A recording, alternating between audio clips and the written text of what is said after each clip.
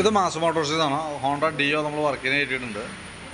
നമുക്ക് ജോബ് കാർഡിൽ പറഞ്ഞ compliance general service, engine oil മാറ്റണം, അതേപോലെ തന്നെ ഓയിൽ ലീക്ക് ചെക്ക് ചെയ്യണേഴ്സ് പറഞ്ഞിട്ടുണ്ട് ക്ലച്ച് സൈഡിൽ നിന്ന്. അതേപോലെ പിക്കപ്പ്, വണ്ടിക്ക് പിക്കപ്പ് ഓർ പറയുന്നുണ്ട്, വാട്ടർ സർവീസ്. ഇത്രയാണ് മെയിനായിട്ട് പറഞ്ഞാണ് വർക്ക് കേട്ടോ. നമ്മളിപ്പോൾ വർക്കിന് കയറ്റിയേക്കുന്നത് 58,815 കിലോമീറ്ററിലാണ് വണ്ടി ഇപ്പോൾ വർക്കിന് കയറിയേക്കണേ. നമ്മൾ വണ്ടി ഓടിച്ചു നോക്കുമ്പോൾ 2 കംപ്ലയിൻസുകൾ നമുക്ക് പ്രത്യക്ഷത്തിൽ ശ്രദ്ധയിൽപ്പെട്ടിട്ടുണ്ട്. ഒന്ന് വലിയ കുറവ് ക്ലച്ചിൻ്റെ മെയിനായിട്ട് പറഞ്ഞ ക്ലച്ചിൻ്റെ കംപ്ലയിൻറ്റ് കൊണ്ടാണ് വലിയ വ്യത്യാസം വന്നേക്കണേ.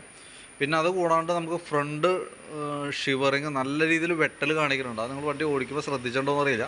അത്യാവശ്യം ഒരുവിധം സ്പീഡിലാണ് പോകണേ. ഒരു 40 കിലോമീറ്ററിൽ മുകളിലേക്ക് പോകണ്ടെങ്കിൽ നമുക്കൊരു കൈയൊക്കെ ജസ്റ്റ് ഹാൻഡിൽ നിന്ന് എടുക്കേണ്ടി വന്ന ഫ്രണ്ട് വെട്ടൽ കാണിക്കുന്നുണ്ട്. അത് ടയറുമായി ബന്ധപ്പെട്ട കംപ്ലയിൻ്റ് ആണ് കേട്ടോ. അപ്പോൾ അതൊന്ന് ശ്രദ്ധിച്ചോളണം. അത് ശരിക്കും ടയർ മാറ്റിയാലാണ് കംപ്ലയിൻറ്റ് മാറുള്ളൂ. തൽക്കാലം നമുക്ക് അതിൻ്റെ ബുഷ് കാര്യങ്ങൾ മാറ്റി റീസെറ്റ് ആക്കാം. നിലവിൽ അങ്ങനെ ഒരു കംപ്ലയിൻറ്റ് ഉണ്ട്, ശ്രദ്ധിക്കാം. കാരണം ബാക്ക് ടയർ മാറ്റുമ്പോൾ കൂട്ടത്തിൽക്കിടെ നമുക്ക് റൊട്ടേഷൻ ചെയ്താണ് ശരിക്കും ഇടേണ്ടത്. പക്ഷേ ഈ മോഡൽ ടയർ നമുക്ക് റൊട്ടേഷൻ ചെയ്യാൻ പറ്റില്ല. ഇത് ഓവർ കട്ട കൂടുതലുള്ള മോഡലായത് നമുക്കത് ചെയ്യാൻ പറ്റില്ല. പക്ഷേ നിലവിൽ അങ്ങനെ ഒരു കംപ്ലയിൻറ്റ് ഉണ്ട് നമുക്ക് കേട്ടോ. അത് 100% മാറണമെങ്കിൽ ടയർ മാറ്റിയിട്ടാൽ റെഡിയാവും. തൽക്കാലം ഇപ്പോൾ ടയർ മാറണമെന്നില്ല. ഓൾറെഡി നമ്മുടെ അടുത്ത് കംപ്ലയിൻ്റ് ആയിട്ട് പറഞ്ഞിട്ടില്ല. പക്ഷേ നമ്മൾ ചെക്ക് ചെയ്തപ്പോൾ കിട്ടിയൊരു കംപ്ലയിൻറ്റ് ശ്രദ്ധപ്പെടുത്തിയെന്നുള്ളൂ. അങ്ങനെ ഒരു കംപ്ലയിൻറ്റ് ഉണ്ട് നമ്മുടെ വണ്ടിക്ക്. നമുക്ക് സർവീസുമായി ബന്ധപ്പെട്ട് നമ്മുടെ വണ്ടി വർക്കിന് കയറ്റി ബാക്ക് സൈഡിൽ നിന്ന് നമ്മൾ ചെക്ക് ചെയ്ത് വരുന്നുണ്ട്. അപ്പോൾ ബാക്കിലത്തെ ബ്രേക്ക് ലൈനർ മാക്സിമം അഡ്ജസ്റ്റിങ്ങിനകത്ത് തീർന്ന് നിൽക്കുകയാണ് കേട്ടോ. അപ്പോൾ ഞാനിപ്പോൾ നിലവിൽ നമുക്ക് ഫ്രണ്ട് ഭാഗം അഴിച്ചേക്കണതുകൊണ്ടാണ് ഇപ്പോൾ ബാക്ക് വീൽ അഴിക്കാത്തത്. അതിനുശേഷം ബാക്ക് ബ്രേക്കും കൂടി അഴിച്ചിട്ട് നമുക്ക് ബ്രേക്ക് ലൈനറൊക്കെ ഒന്ന് ചേഞ്ച് ചെയ്യേണ്ടി വരും. കാരണം ഇതാണ് അതിൻ്റെ ഇൻഡിക്കേഷൻ മാർക്ക്, മാക്സിമം ആ ലൈനിലേക്ക് വന്ന് കാണും. അപ്പോൾ ലൈനർ നമുക്ക് മാറ്റിയിടണം. ബാക്ക് വീലിൻ്റെ ബെയറിംഗ് ഒക്കെ ചെക്ക് ചെയ്ത് വേറെ കംപ്ലയിൻ്റ് ഒന്നുമില്ല. ടയർ പുതിയ ടയർ അടക്കണേ. ഗിയർ ബോക്സിനകത്ത് പറഞ്ഞാൽ ഓയിൽ നമ്മൾ ചെക്ക് ചെയ്തു, നല്ല ഓയിലാണ് നടക്കുന്നത് കേട്ടോ.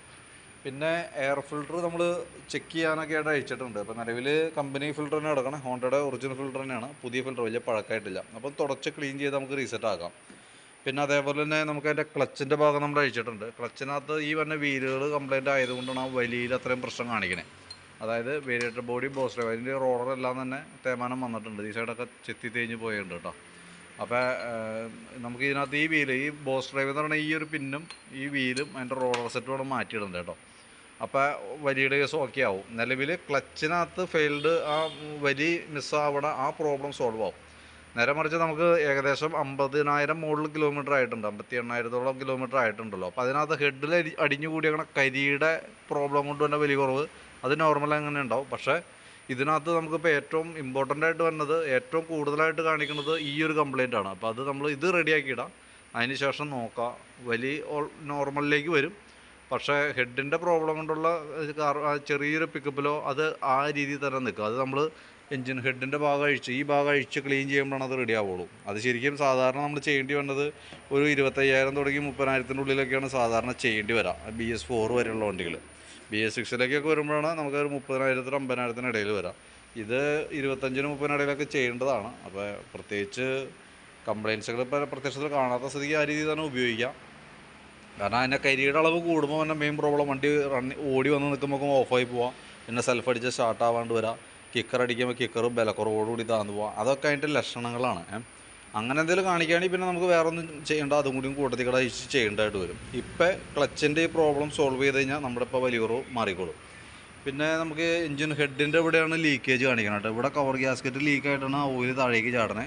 ക്ലച്ചിൽ വേറെ പറയത്തെ കംപ്ലയിൻ്റ് ഇല്ല. അപ്പോൾ നമുക്ക് ആ ഹെഡ് കവറിൻ്റെ ഗ്യാസ്കറ്റ് മൗണ്ട് റബ്ബറൊക്കെ മാറ്റി കഴിഞ്ഞാൽ ആ പ്രോബ്ലം അവിടെ സോൾവ് ആയിക്കോളും. പിന്നെ ചോക്കിൻ്റെ കേബിൾ ചെക്ക് ചെയ്തു, ആക്സിലേറ്ററിൻ്റെ കേബിൾ ചെക്ക് ചെയ്തു. ആക്സിലേറ്റർ കേബിൾ പ്ലേ ഒരല്പം കുറവാണ്. തൽക്കാലം ആ രീതി തന്നെ പോട്ടെ. നമുക്ക് അടുത്ത സർവീസിലൊക്കെ നോക്കിയിട്ട് വേണമെങ്കിൽ അടുത്ത സർവീസിൽ നമുക്ക് ചേഞ്ച് ചെയ്ത് തരാം. പിന്നെ കാർബറേറ്ററിൻ്റെ ഭാഗത്ത് പ്രത്യേകിച്ച് കംപ്ലയിൻറ്റുകളൊന്നുമില്ല. കാരണം ഓവർഫ്ലോൻ്റെ മിസ്സിങ്ങോ സ്റ്റാർട്ടിങ് കംപ്ലയിൻറ്റോ അങ്ങനത്തെ പ്രശ്നങ്ങളൊന്നും കാർബറേറ്ററുമായി റിലേറ്റഡ് ആയിട്ട് കംപ്ലയിൻ്റ് ഇല്ല. നമുക്ക് ഈ കാർബറേറ്ററിൻ്റെ കേസ് നമ്മൾ എടുത്ത് പറയുന്നതിൻ്റെ കാരണം എന്താ വെച്ചാൽ ഇപ്പോഴത്തെ പെട്രോൾ E20 എന്ന് പറയുന്ന പെട്രോളാണ്. അത് ഉപയോഗിക്കുന്നത് കൊണ്ട് തന്നെ ഒട്ടുമിക്ക വണ്ടികളുടെയും കാർബറേറ്റർ കംപ്ലയിൻ്റ് ആവാണ്.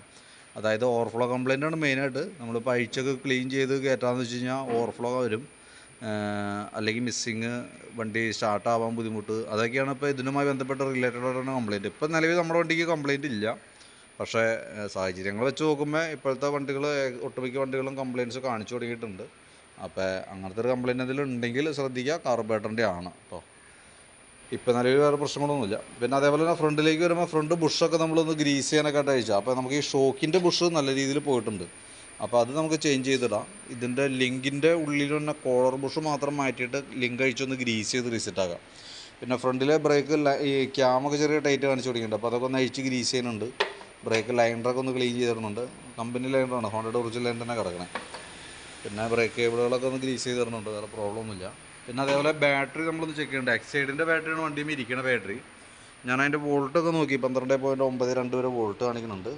ലോഡ് കൊടുക്കുന്ന സമയത്ത് 9.5 വോൾട്ടിലേക്ക് ആയിട്ട് ഒരു അല്പം വീക്കായിട്ടാണ് കാണുന്നത്. പക്ഷേ കംപ്ലയിൻറ്റ്സ് എന്നൊന്നും പറയാവുന്ന സ്റ്റേജൊന്നും ആയിട്ടില്ല. പിന്നെ നമുക്ക് ഈ ഭാഗത്ത് വരുമ്പോൾ ശരിക്കും ഇങ്ങനെ വരുമ്പോഴത്തേക്ക് എയർ ഫിൽറ്റർ കഴിക്കുന്ന കൂട്ടത്തിലുള്ള പ്ലഗും കൂടി നമ്മൾ അഴിച്ച് ക്ലീൻ ചെയ്തിടേണ്ടത് അത്യാവശ്യമാണ്. പക്ഷേ നമ്മുടെ ഈ പ്ലഗിനകത്തുണ്ടല്ലോ ശരിക്കും നമ്മൾ പിടിക്കുമ്പോൾ നല്ല രീതിയിൽ ടൈറ്റ് കാണിക്കണം. നമ്മൾ ഒരുപാട് ബലപ്പെട്ട് അഴിച്ച് ചിലപ്പോൾ പ്ലഗ് ഓടിയും. അപ്പോൾ എയർ ഫിൽറ്റർ മാറ്റിയപ്പോൾ കൂട്ടത്തിലുള്ള പ്ലഗും മാറ്റിയിട്ടേക്കണതായിരിക്കുള്ളൂ. പുതിയ പ്ലഗാണ്. പക്ഷേ ഈ ഹീറ്റിംഗ് വന്ന ഭാഗമായതുകൊണ്ട് തന്നെ അത് ആ മെറ്റൽ ചിലപ്പോൾ എക്സ്പാൻഡ് ആവുന്ന സമയത്ത് ടൈറ്റ് കാണിക്കണതാണ്. അപ്പോൾ ആദ്യം ഓടട്ടെ, എന്തെങ്കിലും കംപ്ലയിൻറ്റ്സ് ഒക്കെ വരാണെങ്കിൽ മാത്രം അഴിച്ചാൽ മതി, വേറെ പ്രോബ്ലം ഇല്ല. സെക്കൻഡറി ഫിൽറ്റർ യൂണിറ്റ് നമ്മളൊന്ന് അഴിച്ച് ക്ലീൻ ചെയ്തിടുന്നുണ്ട്. അതേപോലെ എഞ്ചിൻ ഓയിൽ മാറ്റുന്നുണ്ട്. അപ്പോൾ ഇത്രയാണ് നമുക്ക് മെയിനായിട്ടുള്ളത്. നമുക്കതിനകത്ത് മാറ്റേണ്ട പാർട്സ് ജസ്റ്റ് ഒന്നുകൂടി ഞാൻ പറയാം. ഒന്ന്, എഞ്ചിൻ ഓയിൽ മാറണം. ഓയിൽ മാറ്റുമ്പോൾ അതിൻ്റെ ബോൾട്ടിൻ്റെ വാഷും ഓറിയും കൂടി നമ്മൾ മാറ്റിയിടണം. പിന്നെ ഫ്രണ്ടിലേക്ക് വരുമ്പോഴത്തേക്ക് നമുക്കതിൻ്റെ ഷോക്കിൻ്റെ 2 ബുഷ് മാറ്റാനുണ്ട്. ലിങ്കിൻ്റെ 2 കോളർ ബുഷ് മാറ്റി റീസെറ്റ് ചെയ്യാനുണ്ട്. പിന്നെ നമുക്ക് ഇപ്പുറത്തേക്ക് വരുമ്പോഴത്തേക്കും എഞ്ചിൻ ഹെഡിൻ്റെ അവിടുത്തെ ബീഡിങ് ഗ്യാസ്കറ്റും മൗണ്ട് റബ്ബറും, അതാണ് ആ ഓയിൽ ലീക്ക് ഉണ്ടാവുന്നത്, അത് നമുക്ക് മാറ്റാനുണ്ട്. ക്ലച്ചിലേക്ക് വരുമ്പോൾ ക്ലച്ചിനകത്ത് തന്നെ വേരിയേറ്റർ ബോഡി, ബോസ് ഡ്രൈവർ, റോളറും അതിൻ്റെ പീസർ സ്ലൈഡ്, അത്ര ഐറ്റംസ് നമുക്ക് മാറ്റണം. ക്ലച്ച് യൂണിറ്റ് അഴിച്ച് ഗ്രീസ് ചെയ്യുന്നുണ്ട്. പിന്നെ ബാക്കിലത്തെ വീലിൻ്റെ ബ്രേക്ക് ലൈൻഡർ നമ്മൾ ചേഞ്ച് ചെയ്തിടാനുണ്ട്. പിന്നെ ബ്രേക്ക് പിടിക്കുമ്പോൾ ബാക്കിൽ ലൈറ്റ് ടെയിൽ ബൾബ് ഒരെണ്ണം പോയിട്ടുണ്ട്. അത് ബൾബിനകത്ത് 2 പോയിൻ്റ് വരാം.